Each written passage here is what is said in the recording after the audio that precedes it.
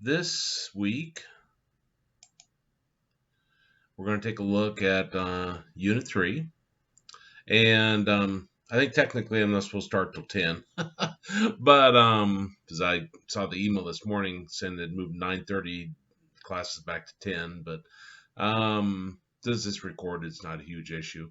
I got a class at 11, so I didn't know how I was going to teach from 10 to 11 and get over there in 0 seconds time and start teaching that.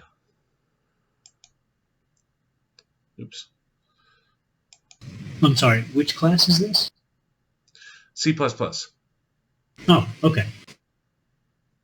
I do got the right time, don't I? Yeah. But for some reason, I got confused for a second. Yeah. Yeah, they canceled classes this morning, though I am still going to record the C class and put it out this afternoon, but they canceled it because of the weather here. Right. Okay. I'm sorry to interrupt. Go ahead. Oh, no. So this is Chapter 3, Input Output. We've already been seeing a little bit of the input output, so let's talk more about it. And I'm not going to sit here and read all this to you. In general, when you're talking about your input output, it's a sequence of bytes, stream of bytes. You see that word stream in a lot of different languages.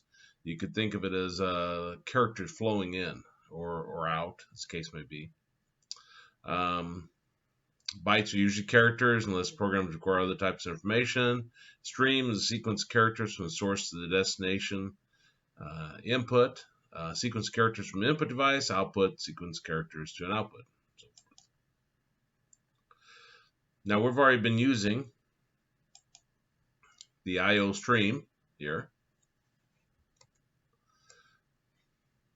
Now that has two data types in it, IOStream and OStream for input and output, and two variables, CIN and COUT. We just brought it in and then just use it directly. So we didn't have to declare anything. By bringing in this, I like to think of it as code library, then it allows us to use this.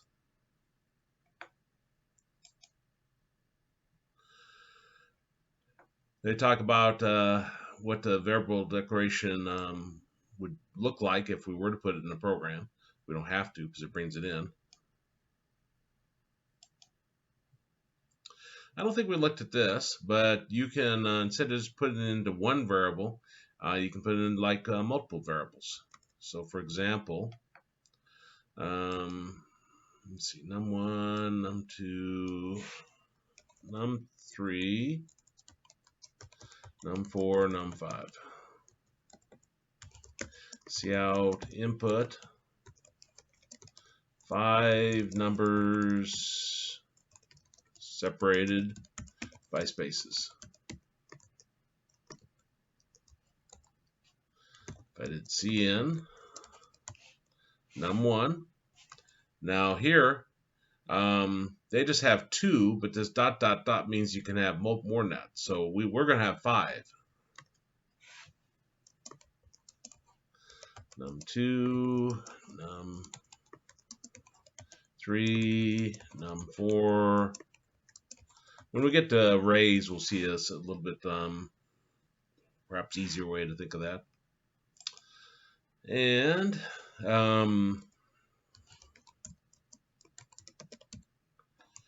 I'm going to figure the average.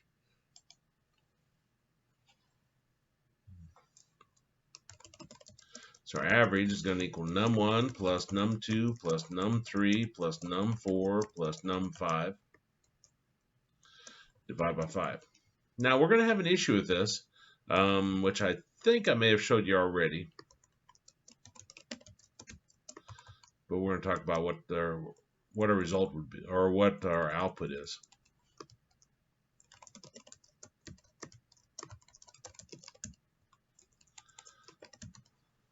There we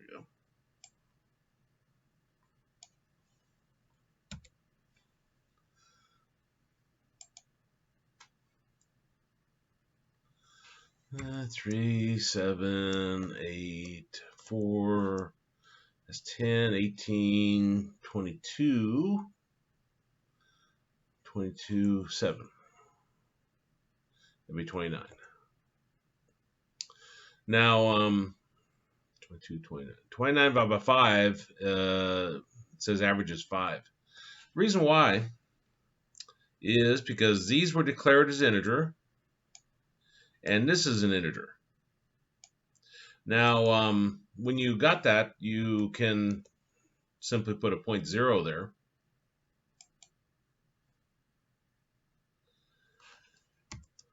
And I should actually write down these numbers. 5, 10, 17, 2 more, that'd be 19. That's not evenly divisible by 5. And see how we get 3.8. So something to be aware of when you're working with integers and doubles. You can mix them a little bit, but you may not get the results you expect. So you have to keep in mind what kind of data types exist over here and what kind of operations being done. But anyway, that shows you bring in multiple numbers.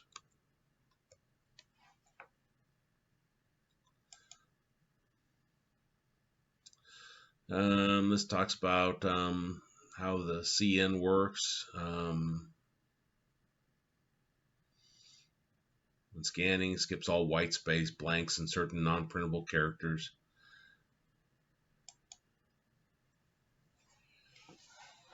Valid input for the variable, the simple data type. You can have a character, one like A, B, 5, one printable character.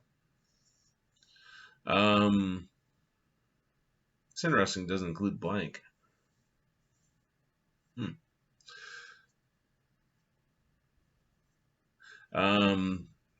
The integer is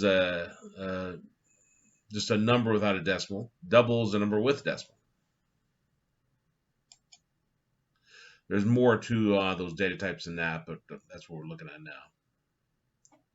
Okay, I'm not going to sit here and read all this to you. You'll get this when you read the chapter.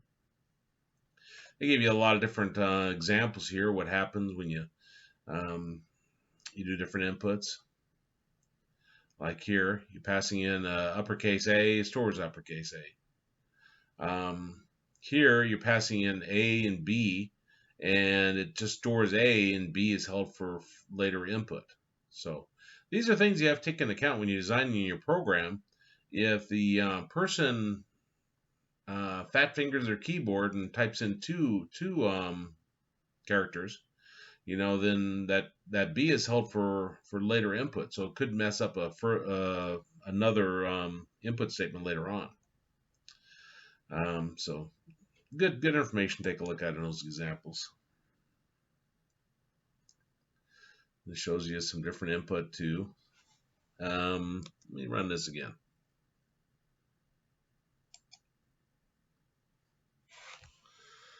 Let's see, 3, 4, 5, 6, 7. I was pressing enter after each one. Let's see, 13, 18, 22, 25. 25 divided by 5 is 5. I was wondering why it didn't have any decimals. So I think that's what they're indicating here is if you do an enter, it still works.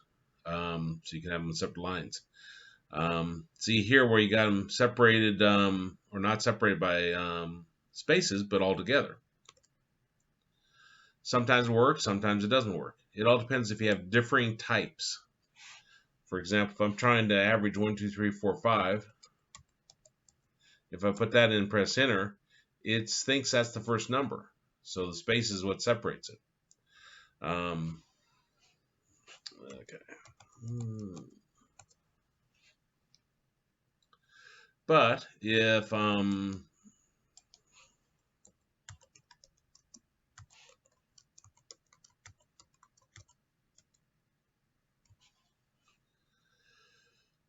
I were to have more complex here,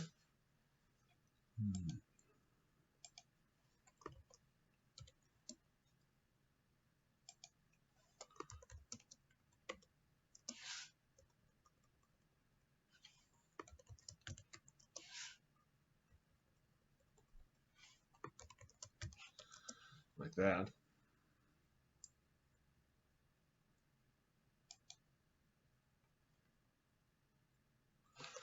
1A. And I never have tried this, to be honest. Let's see. 4D5. 5 plus 4 is 9, 12, 14, 15, divided by 5 is 3. See how it takes it all slammed together like that? It's because they're different types. But a character can be a number, so it doesn't always work.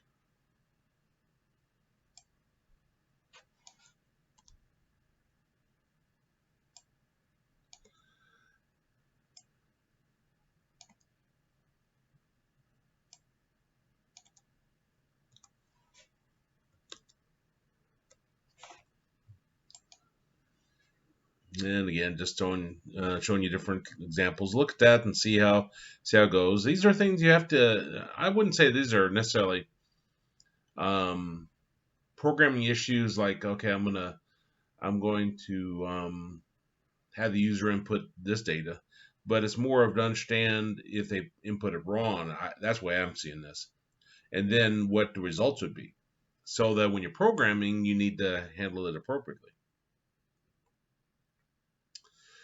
Now, using predefined functions, function subprogram is a set of instructions. When activated, it accomplishes a task. You go to the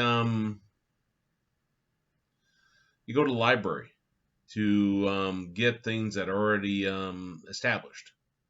Maybe you go to a web page to find information that's already established. Well, with a function, that's code that's already established. Somebody else has already written code, so it's a library you bring in. Library you can then use. So main executes when the program's run. Other functions execute only when called. We'll see shortly where we'll be creating our own functions. And there's a lot of predefined functions as they indicate.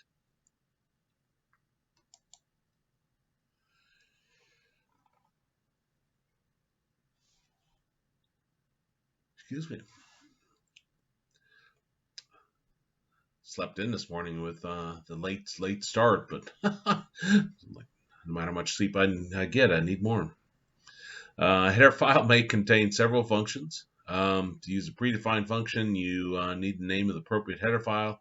You also need to know the function name, number of parameters required, type of each parameter, what the function is going to do. There's just not IOStream. One we'll take a look at here shortly is C Math. And what they're indicating on that, by the way, this is the best resource, I think, w3schools.com. There's a lot of other ones, but this just presents it very simply, easy to understand. And if you scroll down, you see there's a Learn C++ here. And you see the different items over here. There's even examples, try it yourself, where it's got a little sandbox. And so I can say C out, second line.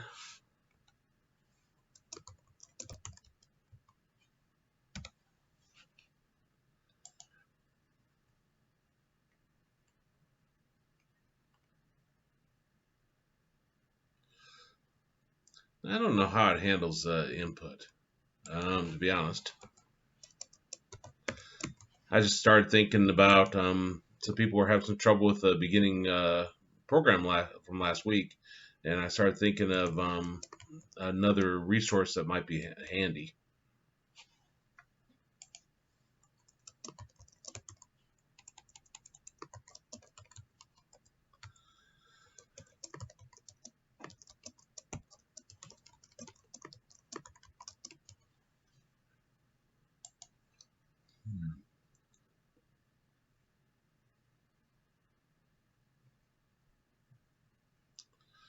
Didn't handle that at all.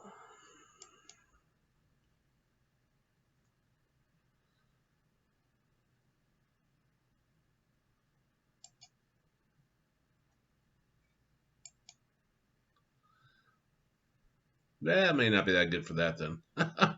So it's a little limited on on the functionality there. But anyway, it's a place where you can look up some different items. The search up here specifically, if you type in like C++, C math,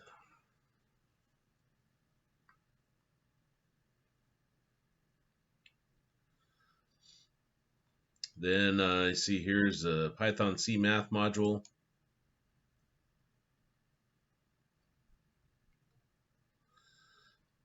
This shows you all the different methods of functions. You can think of um, procedures, subroutines, however you want to think of it. These are like code you can call. We call it, it performs a task and potentially returns some kind of result.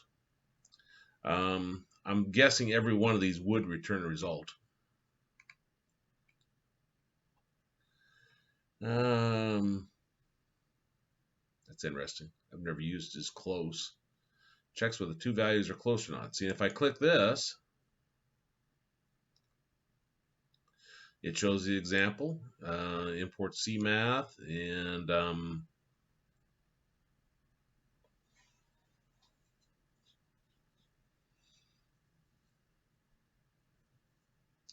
compare the closeness of two complex values. That is quite interesting. Using relative tolerance.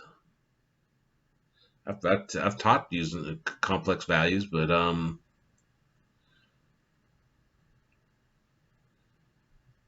sure what the relative tolerance is indicating. But anyway, I digress. That's what they're indicating over here. This may contain several functions.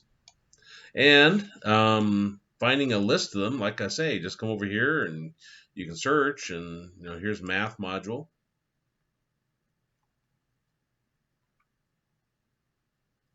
This tells all the different things you can do here.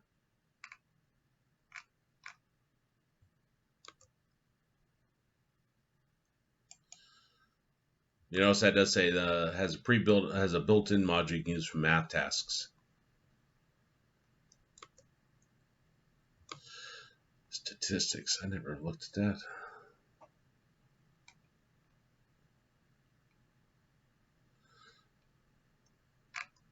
Oh, I'm flipped down to Python. Never mind. Let me boy, I'll wake up here eventually. C++, C math. I never even noticed I was in the wrong part.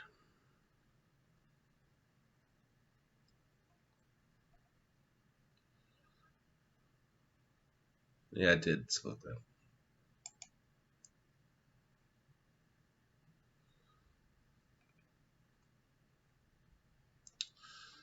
I was hoping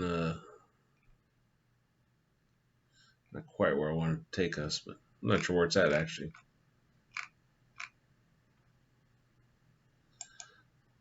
Because this right here is the built-in items, not what's in CMath. So that may not be as good as I thought in terms of finding that.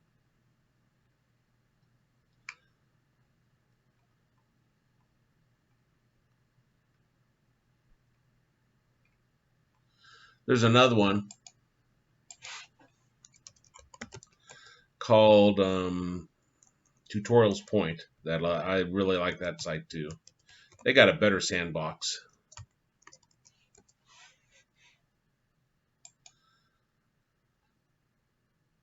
Let's see if they have a good resource. Let's see.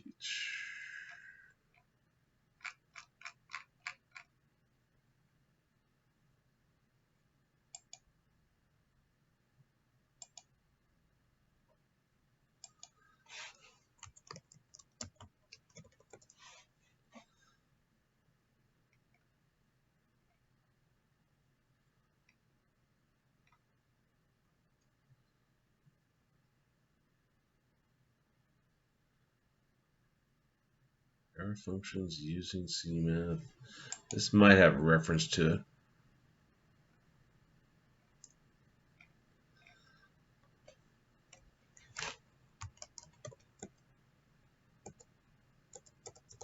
Or not. Well, anyway. We'll cover every function you need, but probably if you just Google it.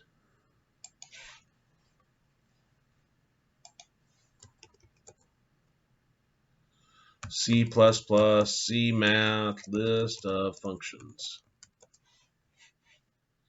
Or what should have done in the first place? C++. Yeah, that's a good one too. Here's what I was looking for. Contained, when you bring in C math, this is all the functions you can call. So if I'm trying to figure out how to do a log gamma function, whatever in the world that is, here it is. If I'm trying to do fmax, here it is. And okay, so we'll leave this up here. Now they give an example of using power. This is when you're raising something to a power. So for example, 2 to the third power, 2 to the third power is, and then I can do a pow 2 comma 3, and that'll raise 2 to the third power.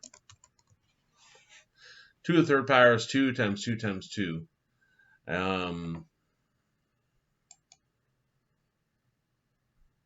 Which gives us 8.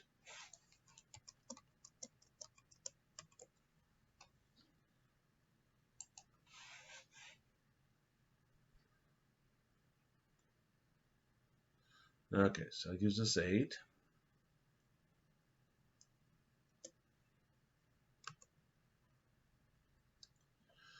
And square root is another one, may be common.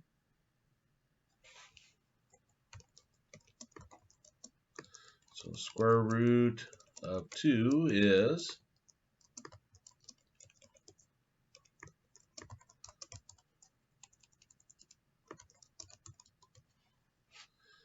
right there.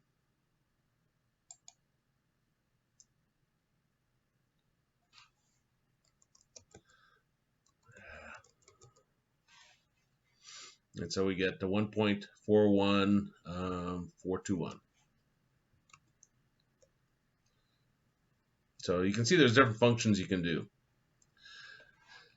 Now here, this one won't help us too much at first. The get function inputs the next character, including white space, stores in memory location indicated by its argument.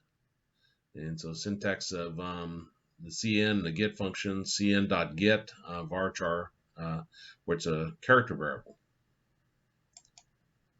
Later on, that'll become more important.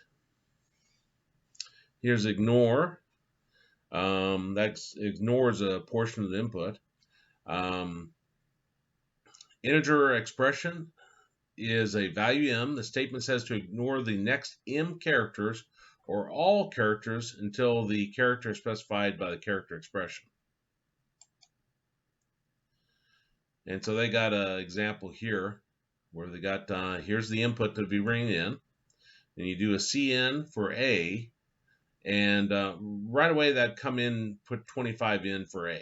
But then we got all the rest of this output here.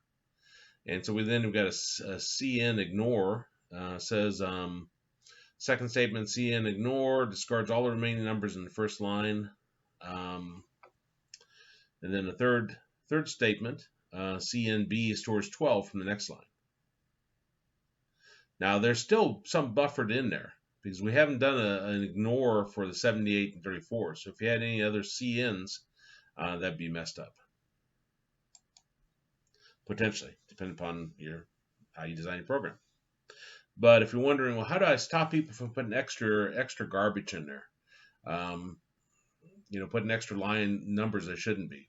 And that's how they actually will like hack in into C programs, C++ a little bit, is they put extra garbage on their input, and then it sometimes when they do that, it loads it into memory and runs. So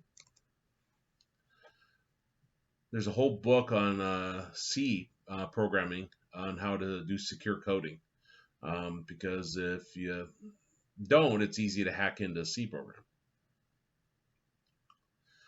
Interesting book. I don't know if I still have it or not. we were going to teach that class at one time, but then it kind of filtered out. A lot of people weren't interested in security at that point. Okay, put back places previous character extracted by the get function from the input stream back to that stream. Peek function returns next character from the input stream, does not remove the character from that stream.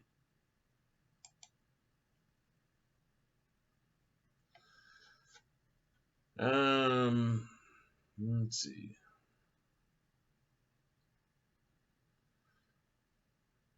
There's some exam. I'm not going to sit there and go over all that because I want to make sure I have time. Well, this is interesting here. In the statement cn.get character, cn and get are two separate identifiers separated by a dot. That's called the dot notation. Dot separates input stream variable, a name, from the member or function. So you see this in different places in programming, where you have the dot there. And that's a member access operator is what that's referred to as. Okay, and this just talks how things can go wrong. Input data does not match corresponding variables. You expect them to bring in one number, and they put a space and put another number. So they mistype something. That can cause your program to, you see where it says the input stream enters a fail state. So you have to anticipate something going wrong. Maybe do ignore sometimes to make sure your input's clean, and then handle that appropriately. Now, if you need to clear your stream, this is how you do it. So IOStream var.clear to clear that out.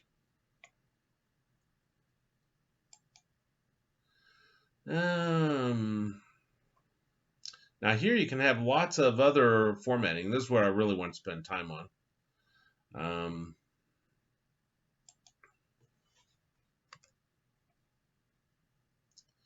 So for example here, let's say I'm going to calculate the distance formula. And don't think just because I choose math examples, you have to be good at math. But distance is equal to the square root of y2 minus y1 squared plus x2 minus x1 squared. So we're going to be bringing in, and I guess they could all be doubles now that I'm thinking about it. Double x1, x2, y1, y2, and then d.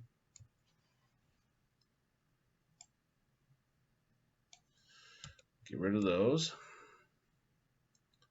And input x1.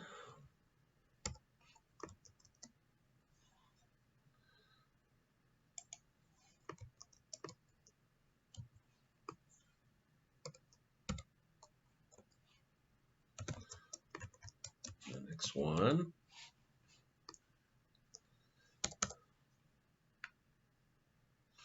And I'm going to copy that.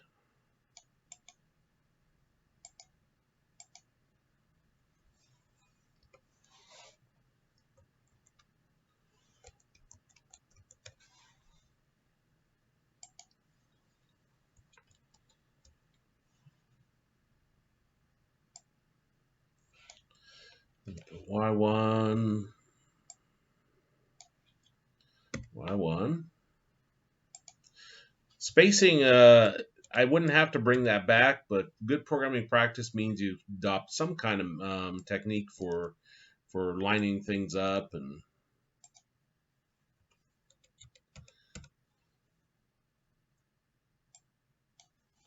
okay, Y2 and Y2.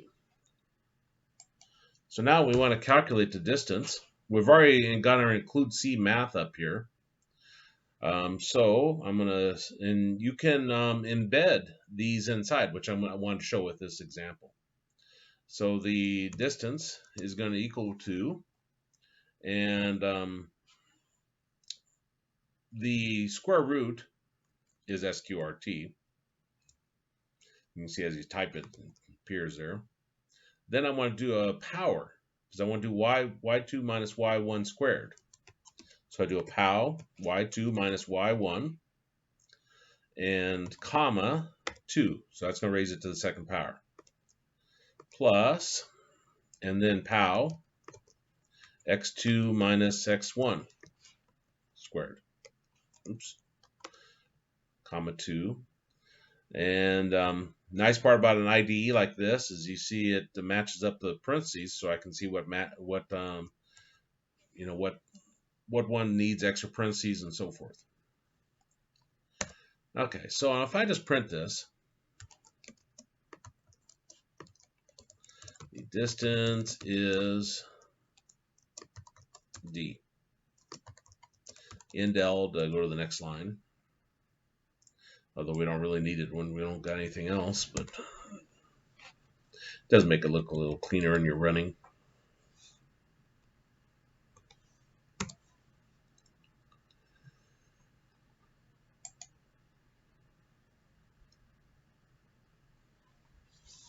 Doesn't like something.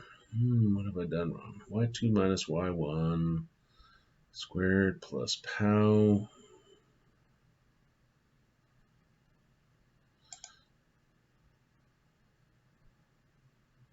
Oh, I have an extra parentheses there. That shouldn't be there, which means I need one here at the end. Beginning parentheses on pow, closing parentheses on pow. Beginning parentheses on pow, closing parentheses on pow. Beginning parentheses on square root, closing parentheses on square root. So you have to match them.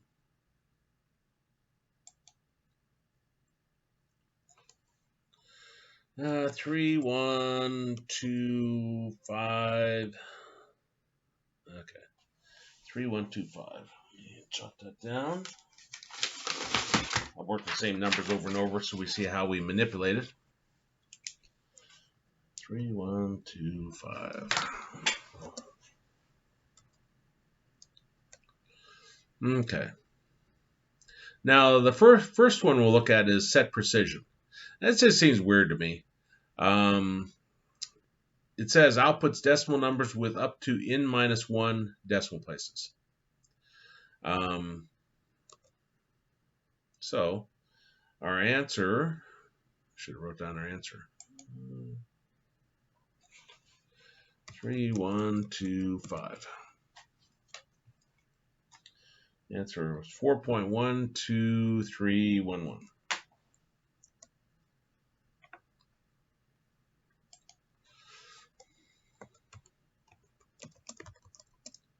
Now we put this first. It's like put it before the D. It's like we're streaming the D into the set precision. So the distance is set precision, and I'll put 2 or 3, and then D, and then indel.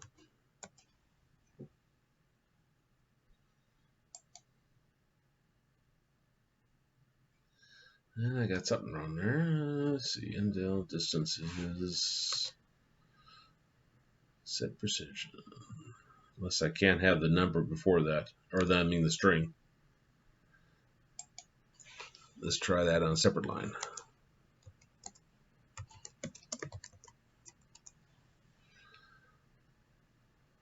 Indel.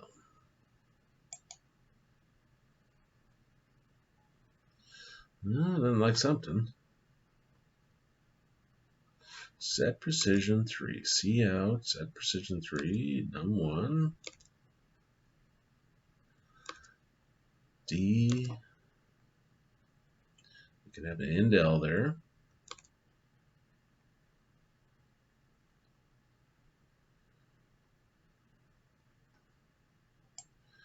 That's got me confused. Let me see. Oh, what am I doing?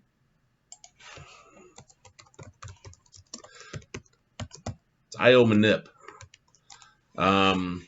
Because we're manipulating IO. Okay. As I say, that the distance is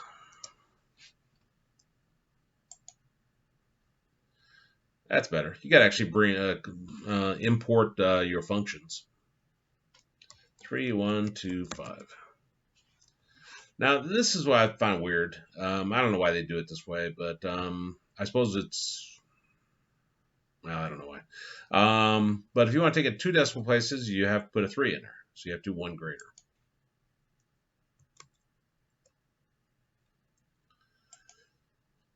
There's also fixed.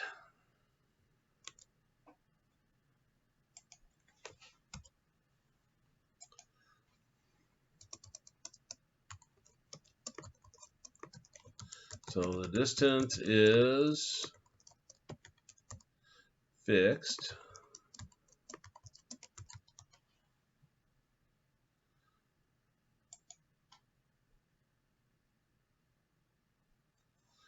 And 3, 1, 2, 5. And so that gives us that. Fixed outputs floating point numbers in a fixed decimal format. Now, along with this, you can specify, for the fixed decimal format, you can specify the precision and so forth. You can string many of these together. So, let's see. Scientific.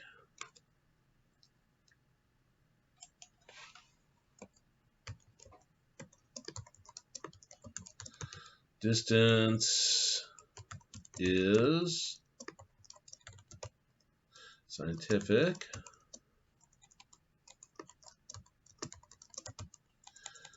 Type. Window.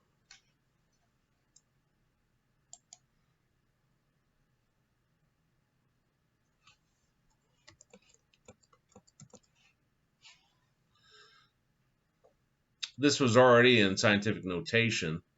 But if I had instead of that, if I had d is equal to this, for example,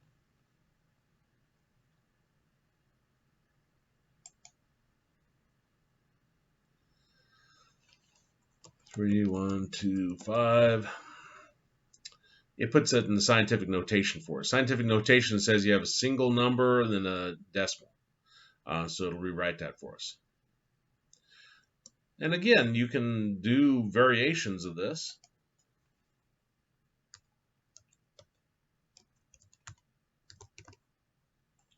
So make it spell precision.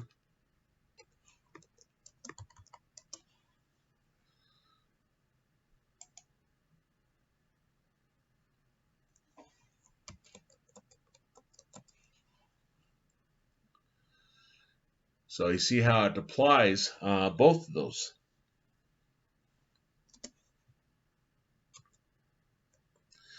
Okay, let's see. Show point forces output to show the decimal point and trailing zeros.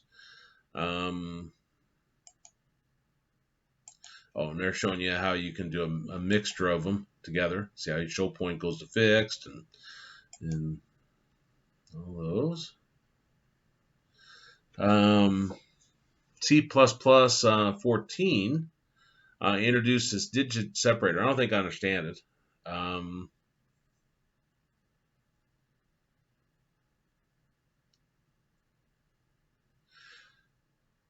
But anyway, that's you can put that in there. I'm trying to think. I've seen this in other countries, where we put a comma there. I think they put something else. Maybe it is a single apostrophe. I don't know. Here you can do your set width. So you can have it take up 5 columns. This become important later on when we get to working with arrays and for loops and while loops and so forth. But if you want something to take up a certain amount of space,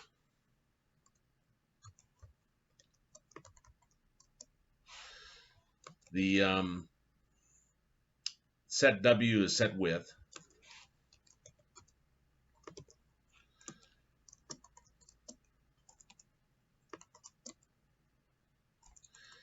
try it again. There we go. 3.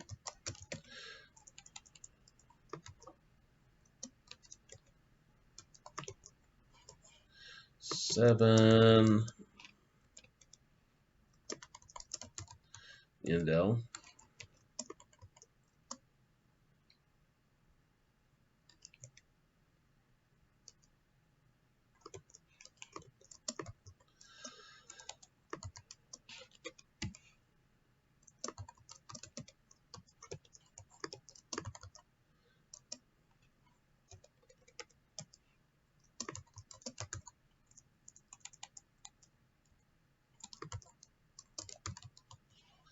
Okay, so if we run that,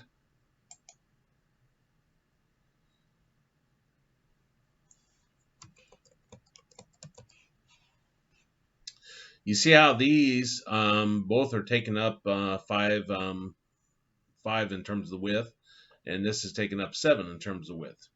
This allows you to line up these numbers. If you didn't have that, what you would see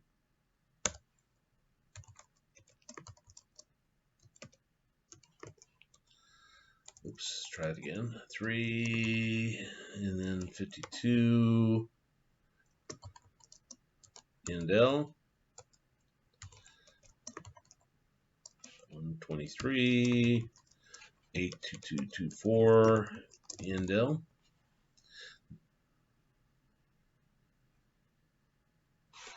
Start that running.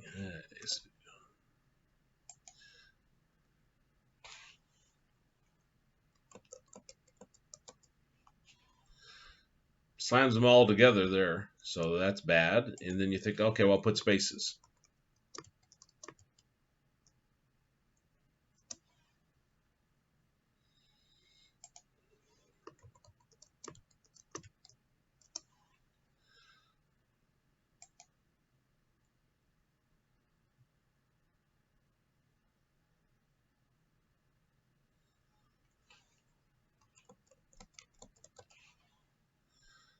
And it still doesn't line it up. So you could put extra spaces there, but maybe you don't know how many digits there are to begin with. So set W is a very efficient way to make sure that happens. There's other ways of doing that programming wise without that function, but set W is there. Okay, set fill, left and right. I'm not going to let you read about those in the book. Set fill unused columns of the character. Left justifies. You see the unsets it. Right justifies. Talk about those types there. Now here is input string variables such as cn and the greater than operator. Can read a string into a variable, the data type string. The extraction operator skips any leading whitespace character, stops reading at a whitespace character. The function getLine reads until the end of the current line. What they're indicating there is that if you were inputting into a string, we haven't talked about that yet very much, but if you were inputting this into a string and you had like the distance is, the fact that there's spaces between them means it would try to put them into separate variables. The get line gets around that, so it reads until the end of the current line. So it would ignore these spaces here in the middle. And we'll get more into that. For debugging, syntax errors are reported by the compiler, so that stops you before you even can run it. But logic errors is where you screw up. You write your program wrong. This is where you have to figure it out. You can use some of the debugging capabilities of an IDE to help you figure that out, but for the most part, it's kind of on you. People don't like syntax errors, but syntax errors are fantastic. Those are the easy ones. Those are where you leave off a semicolon there. You've seen me do errors already this morning. And it comes up here and says, hey, you got a problem in line 27. And then you look and say, oh, yeah, that should be a semicolon there. That's a syntax error.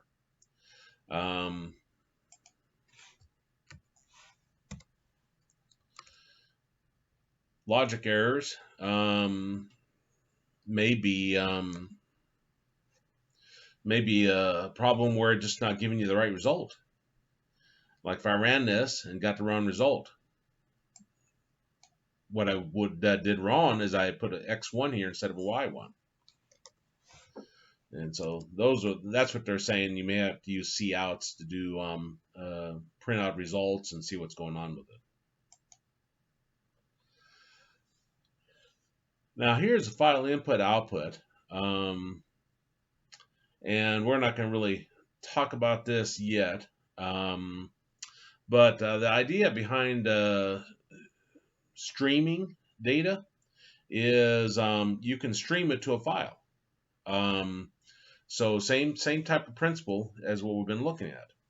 And you see what it talks about here is a 5-step process, include the fstream header, declare file stream variables, associate the file stream variables with the input output sources, use the file stream variables with these and other input, output, and then close the files. I want to get into this, but I want to have another week where you kind of get some hands-on working with some of the basics here, and then also how to format your output. Is there any questions on any of that?